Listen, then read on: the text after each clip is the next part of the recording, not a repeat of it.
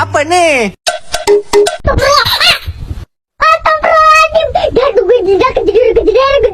Astagfirullahaladzim, kamu ini berdosa banget.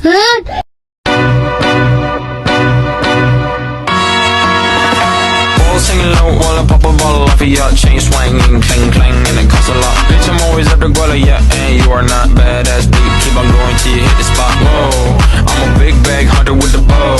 She got a big bed, never drop it low. Mama called me and she happy with the grow. Assalamualaikum warahmatullahi wabarakatuh. Perkenalkan, kami dari kelompok 4 yang akan membahas tentang homeostasis tubuh manusia. Sebelum itu, saya mengucapkan terima kasih kepada Ibu Apoteker Mira Febriana, Master of Science, selaku dosen pengampu mata kuliah Anatomi Fisiologi Manusia. Dan terima kasih juga kepada teman-teman kelompok saya yang telah bekerja sama atas mengumpulkan materinya. Baiklah, di sini saya akan menyampaikan tentang pengertian homeostasis tubuh. Homeostasis adalah proses dan mekanisme otomatis yang dilakukan makhluk hidup untuk mempertahankan kondisi konstan agar tubuhnya dapat berfungsi dengan normal, meskipun terjadi perubahan pada lingkungan di dalam atau di luar tubuh. Kondisi konstan ini meliputi berbagai variabel seperti suhu tubuh dan keseimbangan cairan tubuh yang dijaga dalam bats yang telah ditentukan.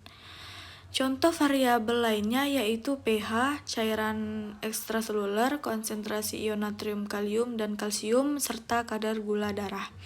Baiklah, materi selanjutnya akan disampaikan oleh Fadli Aprilia Saputra. Kepada Fadli dipersilahkan. Baiklah, di sini saya akan melanjutkan materi dari diri, yaitu diagram yang menggambarkan perubahan glukosa menjadi glikogen dan sebaliknya untuk menjaga kadar gula darah tetap konstan meskipun terjadi fluktuasi akibat makan atau berpuasa. Ketika suatu hal sudah dalam kondisi optimal, homeostasis muncul sebagai resistensi alami untuk berubah kondisi seimbang dipertahankan dan diatur oleh mekanisme. Baiklah, materi selanjutnya akan disampaikan oleh Tengku Alia. Kepada Tengku dipersilakan. Mekanisme homeostasis. Ada 3 pengatur. Yang pertama ada thermoregulation. Adalah salah satu sistem homeostasis yang paling penting, yaitu pengaturan suhu. Seluruh makhluk hidup memiliki temperatur ideal agar dapat bertahan. Thermoregulation mampu menyesuaikan suhu yang cocok dengan ukuran makhluk hidup. Yang kedua ada osmoregulation. Adalah mengatur jumlah air dan elektrolit di dalam dan luar sel-sel tubuh. Ginjal adalah organ yang bertanggung jawab untuk menampung sisa-sisa elektrolit dan garam. Osmoregulation juga memengaruhi tekanan darah. Yang ketiga ada semisal regulation, yaitu tubuh menggunakan hormon dalam proses ini. Misalnya, dalam mengatur kadar gula darah, pankreas akan melepaskan sejumlah hormon untuk menyeimbangkan jumlah insulin untuk mengatur kadar gula. Selanjutnya akan dijelaskan oleh Indah. Baik, materi selanjutnya mengenai proses homeostatis pada tubuh manusia. Proses ini terjadi secara otomatis dan tidak dapat dihindari jika sistem berfungsi dengan baik. Proses homeostatis ini terbagi menjadi 2, yaitu umpan balik positif dan umpan balik negatif. Yang pertama ada umpan balik negatif. Terjadi jika perubahan lingkungan mempengaruhi tubuh dan memicu umpan balik yang sifatnya berlawanan atau negatif. Misalnya, saat tubuh manusia yang idealnya bersuhu 37 derajat Celcius mengalami kedinginan atau kepanasan akibat penurunan atau kenaikan suhu lingkungan. Dilansir dari Lumen Learning, ketika suhu panas hipotalamus, otak akan menerima data sensor yang menunjukkan suhu tubuh melebihi kisaran normal dan merangsang sekelompok sel otak untuk melakukan mekanisme pelepasan panas. Mekanisme tersebut dilakukan dengan cara memperlebar pembuluh darah lebih banyak dan menyebar panas ke seluruh tubuh yang mengaktifkan kelenjar keringat.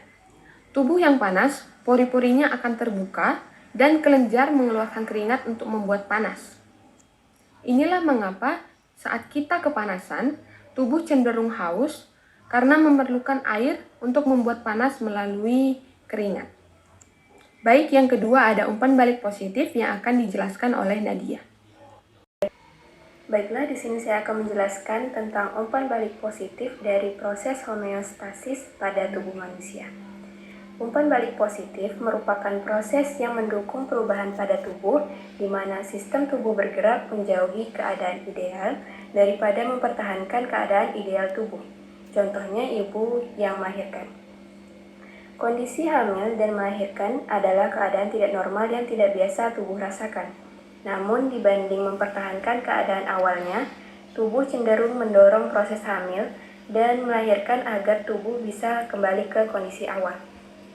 Ketika persalinan, tubuh akan melepaskan hormon oksitosin yang berfungsi merangsang kontraksi rahim yang memaksa kepala bayi untuk mendorong leher rahim. Hormon oksitosin akan terus dilepaskan agar otot bekerja ekstrim terus-menerus hingga bayi dilahirkan. Proses homeostasis umpan balik negatif kemudian dianjurkan dengan memulihkan kerusakan ekstrim pada tubuh akibat melahirkan.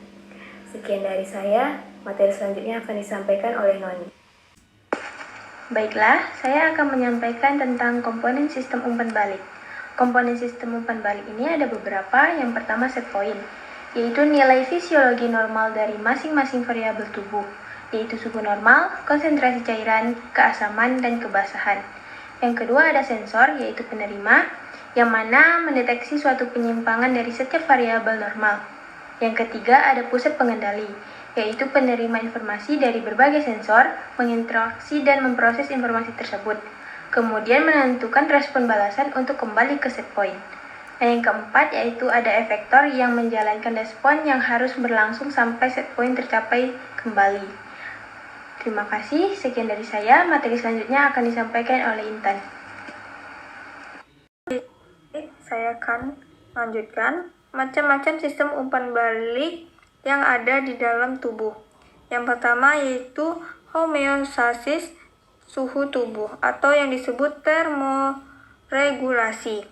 Pengaturan suhu tubuh dapat diibaratkan seperti pengaturan suhu ruangan, di mana jika kita berada di cuaca panas dan di dalam ruangan, alat pendingin akan bekerja menurunkan suhu sampai sesuai dengan suhu yang kita inginkan. Begitu pula kinerja pengaturan suhu pada tubuh. Kedua yaitu keseimbangan glukosa. Glukosa relatif konstan yaitu 90 sampai 110 atau 100 ml darah. Setelah makan, terjadi peningkatan kadar glukosa darah yang merangsang keluarnya insulin dari sel-sel khusus dalam pankreas yang memfasilitasi masuknya glukosa ke dalam sel-sel tubuh sehingga mengurangi kadar glukosa darah. Penurunan kadar glukosa darah mempengaruhi pelepasan insulin. Untuk mengurangi pelepasan insulin dan glukosa darah dipertahankan pada kadar yang sesuai. Yang ketiga yaitu jumlah air pada tubuh.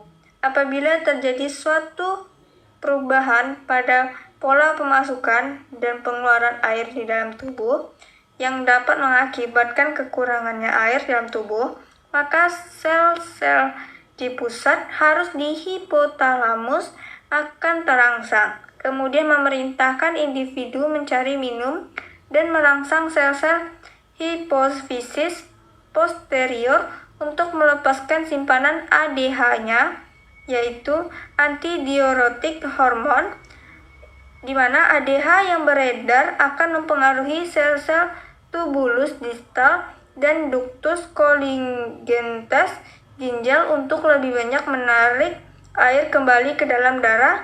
Akibatnya jumlah air di dalam kantung kemih akan berkurang. Baik, penjelasan berikutnya akan dijelaskan oleh Hafizah Fadrina. Kepada Hafizah, dipersilahkan. Selanjutnya yaitu ekresi dan pentingnya membuang limbah nitrogen dan karbon dioksida dari tubuh. Proses metabolisme tubuh meliputi proses menghasilkan energi dan zat yang berguna bagi tubuh. Dalam proses metabolisme yang dihasilkan zat-zat sisa yang tidak diperlukan oleh tubuh. Zat-zat ini harus dikeluarkan dari tubuh karena dapat membahayakan tubuh. Proses pengeluaran zat-zat sisa dari dalam tubuh disebut dengan ekresi. Terlalu tingginya kadar karbon dioksida dalam tubuh bisa menyebabkan keracunan karbon dioksida. Keracunan karbon dioksida ini bisa disebabkan oleh berbagai hal, seperti yang pertama yaitu gagal napas akibat gangguan pada paru-paru seperti asma, penyakit paru obstruktif kronis, dan pneumonia. Yang kedua, cedera berat. Yang ketiga, penggunaan alat bantu napas berupa ventilator. Yang keempat, kerusakan otak yang menyebabkan napas terganggu. Misalnya pada penyakit distrofi otot, ALS, encephalitis, dan myasthenia gravis. Yang kelima, efek samping obat-obatan seperti obat golongan benzodiazepin dan opioid. Yang keenam itu kedinginan parah atau hipotermia. Dan yang ketujuh, kebiasaan menyelam seperti scuba diving. Keracunan karbon dioksida bisa menyebabkan seseorang mual, muntah, pusing, sakit kepala, dan detak jantungnya meningkat. Bahkan pada kasus parah dapat terjadi kejang, koma, hingga kematian.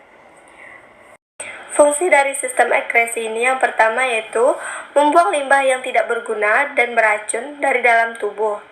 Yang kedua yaitu mengatur konsentrasi dan volume cairan tubuh atau disebut dengan osmoregulasi. Yang ketiga, mempertahankan temperatur tubuh dalam kisaran normal atau termoregulasi. Dan yang keempat itu homeostatis. Sekian penjelasan dari saya.